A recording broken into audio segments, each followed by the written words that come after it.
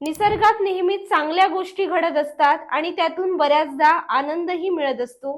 तिरोडा शाळा नंबर 1च्या विद्यार्थ्यांना सध्या असाच काही अनुभव येतोय।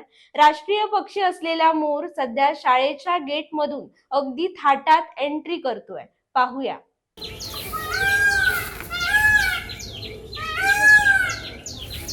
तिरोडा जिल्हा परिषद शाळा नंबर 1चा परिसर निसर्गरम्य असून मुलांसाठी अध्ययन अनुभव देतोय। या शाळेतील उपक्रमशील शिक्षक दीपक राऊळ आपल्या शालेय परिसरातील निरीक्षण नोंदी हा उपक्रम राबवित आहेत। या उपक्रमांतर्गत प्रत्यक्षात राष्ट्रीय पक्षी असलेल्या मोराचं आगमन थेट शाळेच्या परिसरात होत आहे।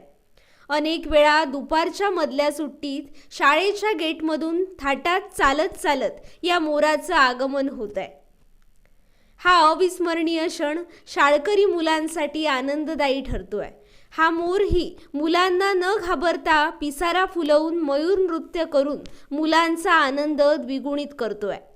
हे सारं दृश्य पाहून मुलंही फेर धरून नाचतात आणि गाणी गुणगुणतात।